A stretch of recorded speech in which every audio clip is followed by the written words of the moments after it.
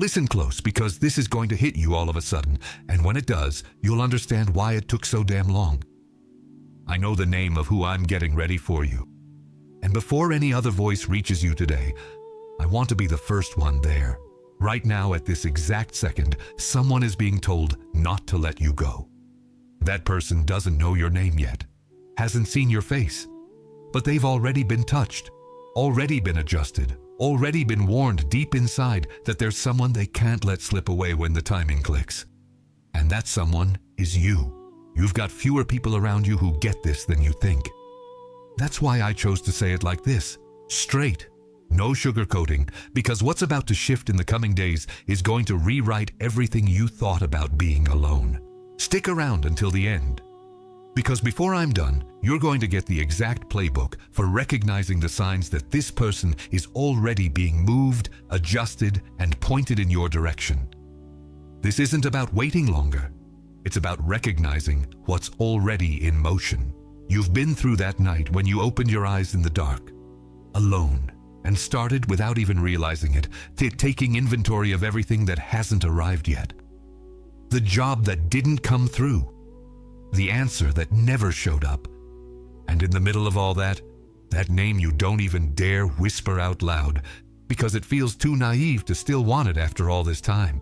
You lay on your side, stared at the ceiling, and counted one by one the years that have passed without that person. Counted the birthdays that went by without someone to celebrate with. Counted the holidays where you set a table for one.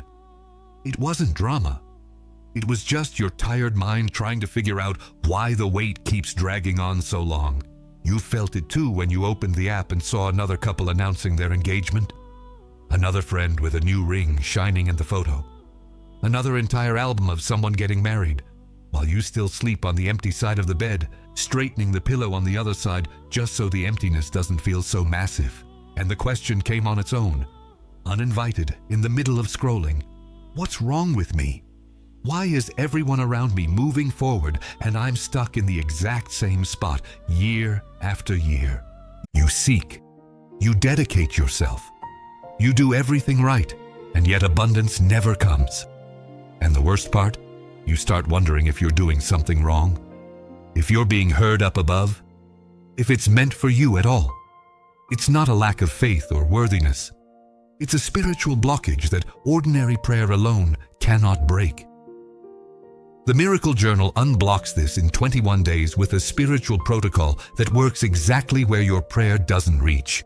Along with the journal, you'll also receive as a gift the prayer guide and the Psalms manual, with the most powerful sacred practices and texts to deepen your transformation.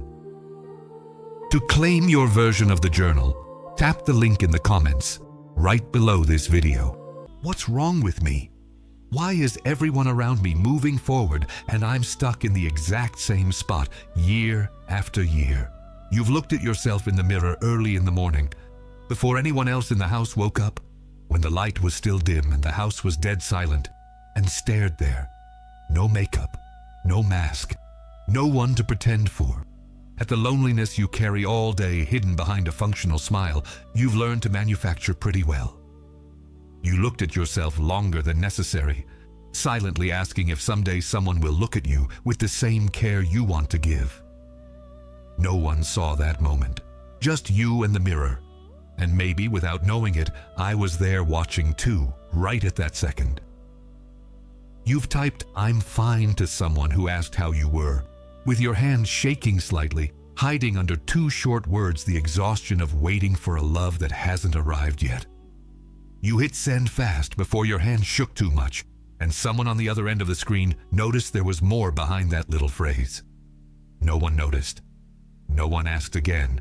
But that doesn't mean it didn't happen, and it doesn't mean it went forgotten. I didn't come here to remind you of the pain just for the sake of reminding you. I came to tell you that you kept standing in every single one of those nights, and that didn't go unnoticed by me. You cried quietly so you wouldn't wake anyone in the house, and still got up in the morning, got dressed, went to work, smiled at the right people, and kept living with dignity even while carrying a weight no one else saw. That has a name in heaven. It's called faithfulness.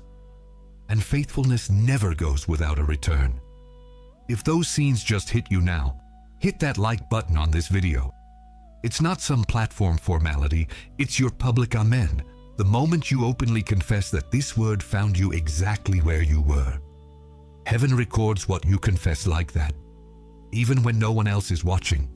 I want to make you 3 promises before I keep going, and every single one of them will be fulfilled inside this video. Not later, not maybe, now. The first promise is this: the delay you're living through is not me being absent. It's not forgetfulness. It's the exact time needed to align 2 stories that had to mature separately before they could meet ready. A rushed person would have wrecked what I'm building with care. The second promise is this: I'm going to show you, still inside this video, the concrete signs that this person is already being prepared, moved, and adjusted in your direction. They're not vague signs. They're signs you've already lived through, and maybe ignored because you didn't know what they meant. The third promise is this: by the end of this message, you'll be able to declare with conviction and not with fragile hope that you're no longer waiting alone. You're being waited for. And there's a massive difference between those 2 phrases. I know the exhaustion of waiting without visible signs. I saw every time you almost gave up believing this would still happen. But the silence you lived through wasn't lack of movement. It was the sound of something being prepared too far from your eyes for you to see yet. Close your eyes for a moment if you can, or just look away from the screen for a second. What I'm about to show you now demands full attention, because every sign I'm going to name has already happened to you, and you probably called it something else. The first sign is this: you've been having recurring dreams about a face that, when you wake up, you can't lock into your memory. You know you dreamed about someone. You know there was a presence, a feeling of familiarity, a way of looking that seemed to say something, but the face dissolves as soon as your eyes open, and no matter how hard you try, over breakfast, to remember the features, they slip away like water through your fingers. You called it a meaningless dream. Mental residue from a tiring day, something your mind makes up when you sleep poorly. It's not that. It's your spirit recognizing, before your mind can process or name it, someone who's still being formed for you somewhere else. The soul recognizes first. The conscious memory comes later, when your eyes are ready to see for real. The second sign is this: you felt, with no logical explanation, a sudden pull toward a place, a city, a new environment, a different neighborhood, a work area that was never in your plans before, and that urge didn't come from research or practical need. It just showed up, insistent, like an internal call. You called it a desire for change, passing restlessness, maybe even a midlife crisis or plain boredom. But it's not random. It's repositioning. The meeting that's being prepared requires you and this person to be, at some point, in the same space, physically or contextually, and I've already started moving the pieces on the board, quietly, so that happens exactly at the right time. Not a second sooner, not a second later. The third sign is this: there's someone from your past who used to hurt just to think about, whose name sitting still on your phone screen was enough to make your heart race in a bad way. And now, when that same name shows up, your heart is still. There's no more of that tightness, that desire to go back, that wound reopening in the same spot as always. You called it, I finally got over it, like it was just emotional maturity earned over time. But there's more to it.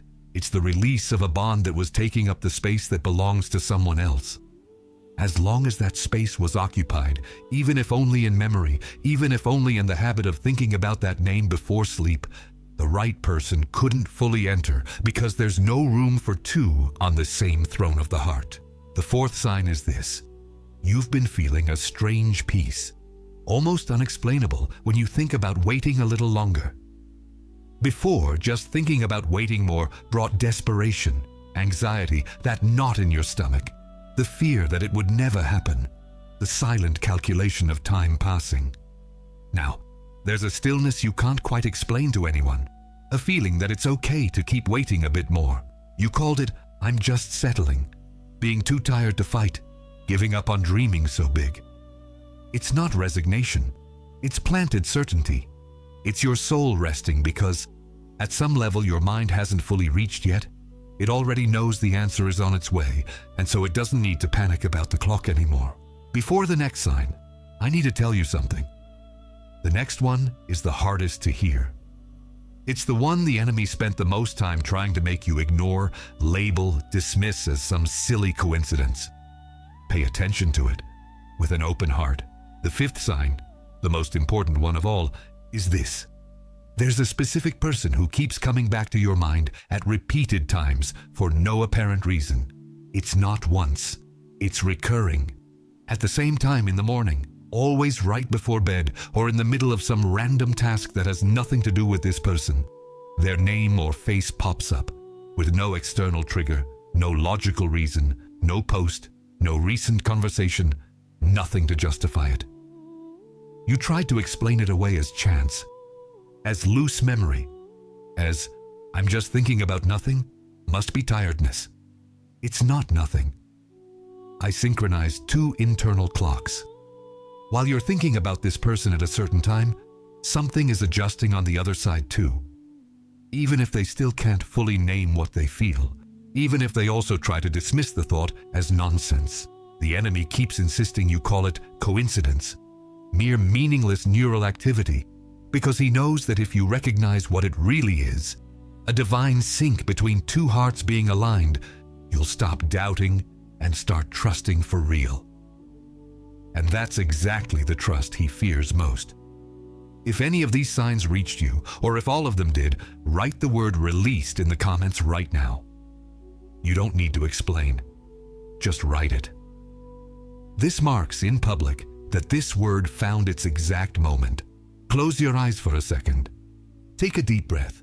What I'm about to tell you now won't work if your attention is split. Focus on this, just for 1 minute. There's an old story that carries, almost hidden in a few pages, the exact map of what's happening to you right now. It's the story of Ruth and Boaz.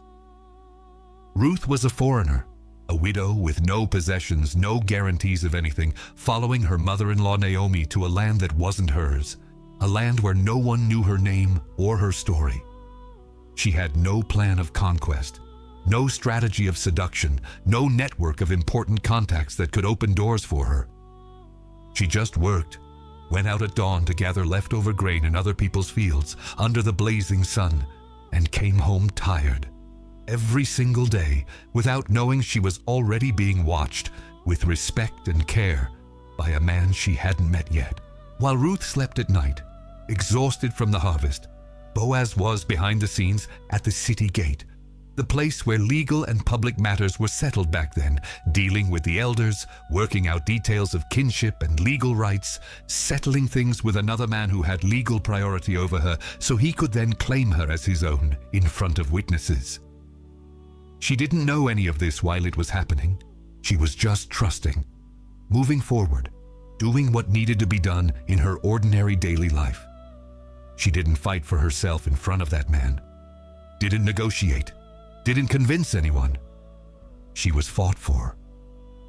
Someone was resolving in silence everything that was necessary, while she simply kept being faithful to her routine, without imagining that the city gate was deciding the course of her entire life. Now think about another image, one closer to your everyday life.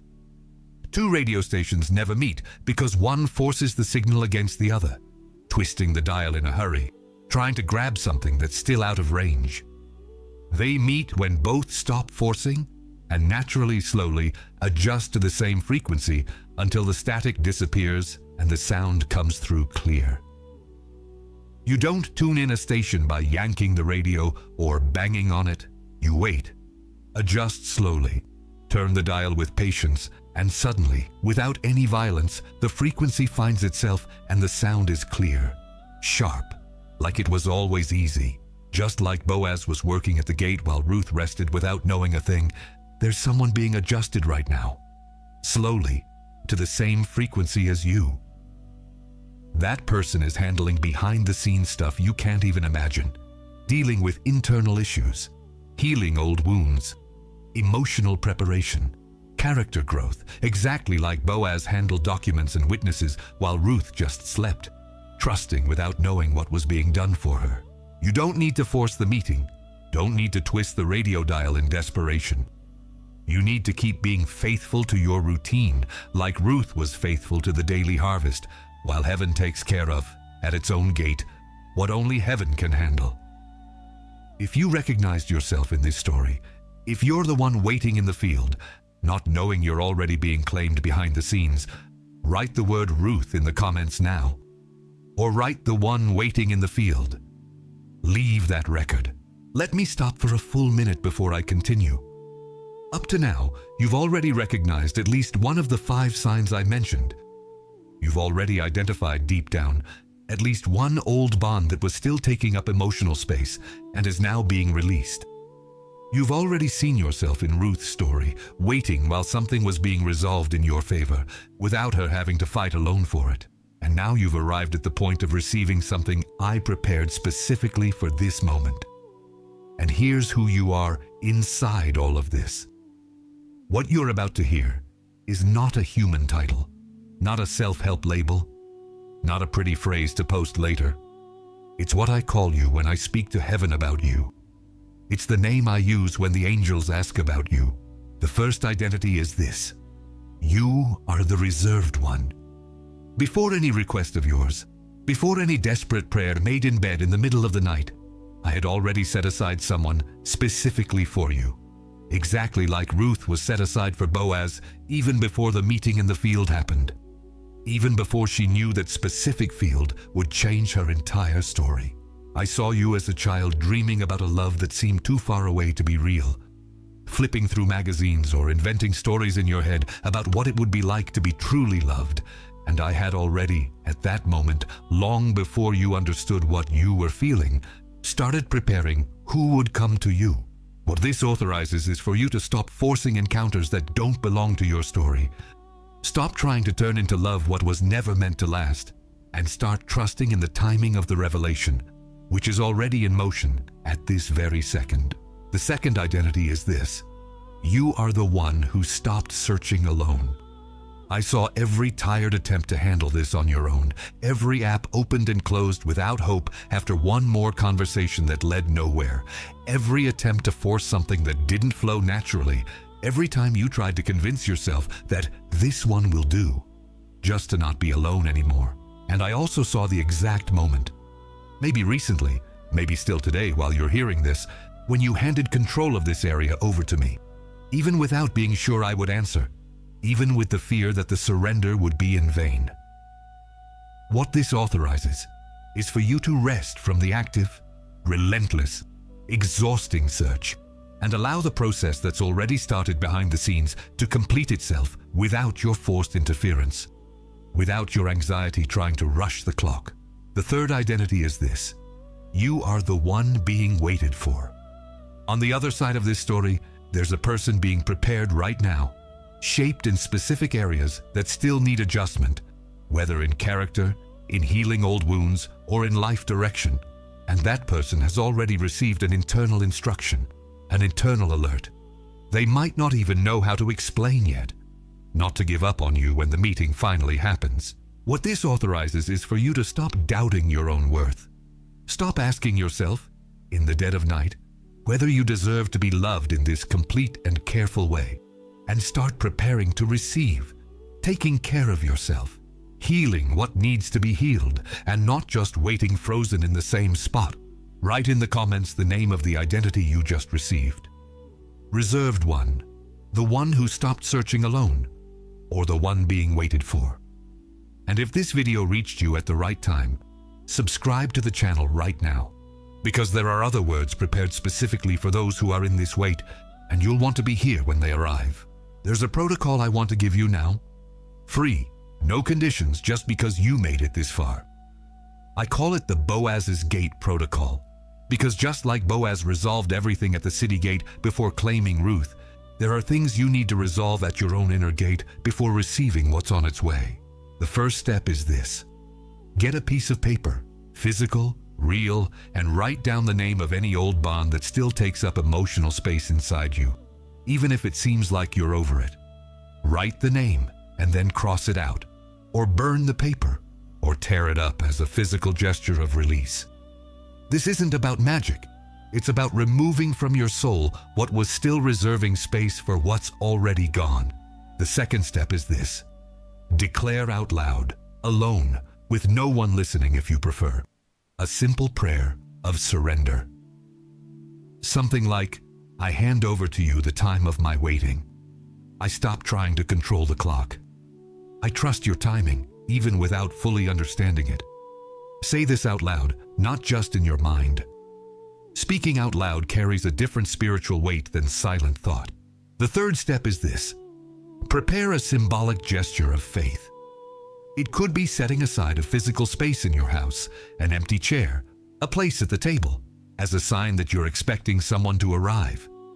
It could be a daily prayer, short, specific, asking for preparation for who's coming. It could be keeping an object that represents this weight. The gesture doesn't rush the timing. It declares that you believe the clock is running, even when you can't see it yet.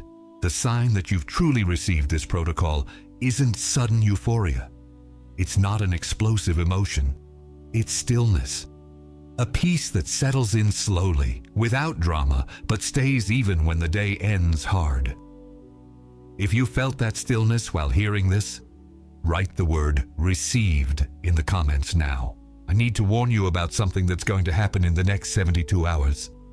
3 things will be thrown at you, not as a possibility, as a certainty. Because every time someone receives clarity about what's being prepared for them, there's an organized resistance to make that person doubt again. The first tactic is nostalgia for the wrong bond. It's going to hit suddenly, maybe this week, maybe still today. The memory of the good times from a relationship you already know, deep down, needs to stay in the past. It'll come disguised as innocent longing, as I'm just remembering something nice. Maybe even through an unexpected message, hey stranger, an old like popping up out of nowhere. But the goal behind it is to pull you back into a space that was already released with effort. Recognize the tactic as soon as it appears, and don't reply. Don't revisit old conversations saved on your phone. Don't open the door again to what's already been closed. The second tactic is hurry disguised as wisdom.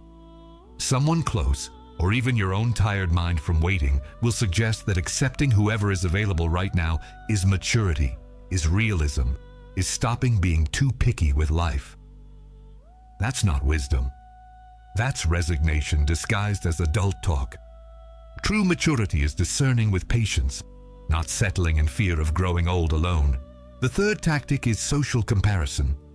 You're going to see, maybe still today, one more couple holding hands on the street, one more engagement photo, one more wedding announcement hitting social media, and you'll feel the pressure that you're behind, that you need to force something now, with whoever it is, just to not fall behind everyone else. This comparison exists exactly to create hurry, and hurry is the enemy of the right timing. What's yours won't pass through another person's hands, no matter how much the comparison wants to convince you otherwise. And there's also an internal enemy, more subtle than the 3 from outside, more dangerous precisely because it lives inside. It's the voice that says, you've already missed your chance. Or, this isn't for you, accept reality. This voice doesn't shout, doesn't threaten openly. It whispers, calm, almost reasonable, in the middle of the afternoon, in the middle of a routine task, and that's why it's more dangerous than any external attack. Recognize this voice whenever it appears. Name it as a lie and respond to it with what you just received here. The delay is not absence, it's alignment, and the right person has already been told not to let you go. If you received this protection, write the word "protected" in the comments now. The decree is sealed. Now put your hand over your chest. Take 3 deep breaths, slowly, without rushing. Close your eyes if you're in a safe place to do so. I want you to release now 3 specific burdens, one at a time, without hurry. The first is the hurry to force a meeting that's not in your timing. Release that now. The second is the comparison with those who were chosen before you. as if other people's clocks said anything about yours. Release that too. The third is the doubt about your own worthiness to be loved the way you've always dreamed, in silence since you were a child. Release that doubt now, out loud if you can. I saw you that morning, early, before everyone else woke up in the house, when the light was still dim and the house was silent, looking in the mirror, staring at loneliness alone, no makeup, no mask, no one to see. I was right there with you at that exact second, even if you didn't feel my presence, even if it seemed like it was just you and the glass reflecting exhaustion. I also saw that message, "I'm fine," sent with your hand shaking slightly, hiding under two short words, the exhaustion of waiting so long for a love that hasn't arrived yet. I read what was behind those two words, even when no one else read it, even when the person on the other end of the conversation never asked again. I saw the nights when you counted the years in the dark, lying on your side, staring at the ceiling, trying to understand why the wait kept dragging on so long. I saw every time the app showed another couple, another ring, another wedding album, and you felt that tightness asking what was wrong. Nothing was wrong. You were just in the middle of a process your eyes couldn't see fully yet. You were not forgotten in any of those nights. While you counted the years in the dark, I was already moving someone in your direction, adjusting details you can't even imagine, resolving at my own gate what needed to be resolved before any meeting could happen. While you watched couples move forward and asked yourself what you were doing wrong, I was already adjusting the timing of two stories that needed to mature separately, each at its own pace, before they could meet ready enough to last. The delay you lived through was never me being absent. It was never forgetfulness. It was never punishment for something you did or failed to do. It was alignment, pure and simple alignment, from loneliness to company, from silent waiting to revealed meeting, from doubt about your own worth to certainty of being loved exactly as you are, from tired, exhausting searching to confident rest, from nights counting years in the dark to mornings receiving the answer that was on its way the whole time. That's what I'm doing with your story now, today. While you hear these words, the person I'm preparing for you has already been told not to let you go.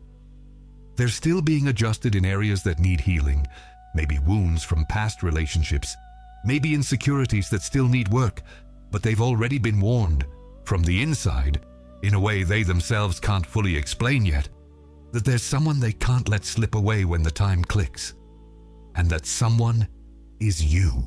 This isn't the first time I've said this in this video, and it won't be the last time you'll feel this in your life, because this truth doesn't depend on you believing it.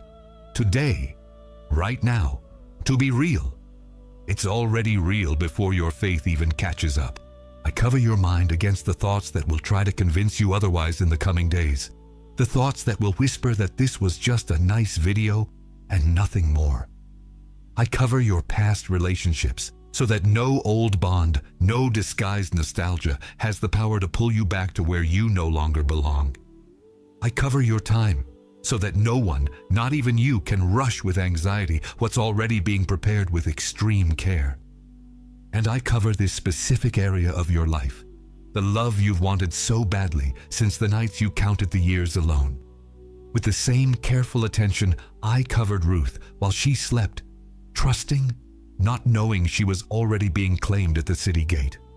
You are sent now with a new certainty. Say it out loud now, before you keep reading. I am not forgotten. Someone is fighting for me, and no one is going to let me go.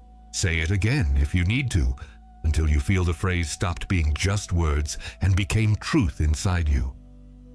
Now write the word "done" in the comments to seal publicly what just happened inside you privately.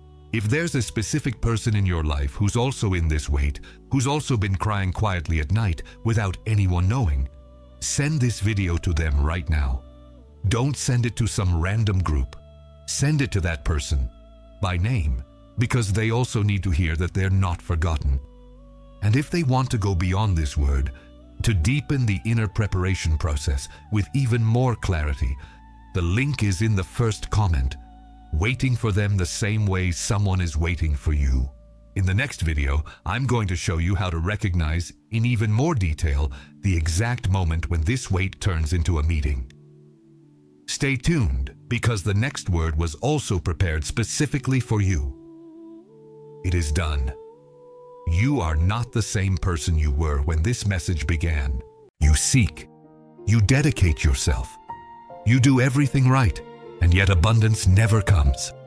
And the worst part? You start wondering if you're doing something wrong, if you're being heard up above, if it's meant for you at all. It's not a lack of faith or worthiness. It's a spiritual blockage that ordinary prayer alone cannot break.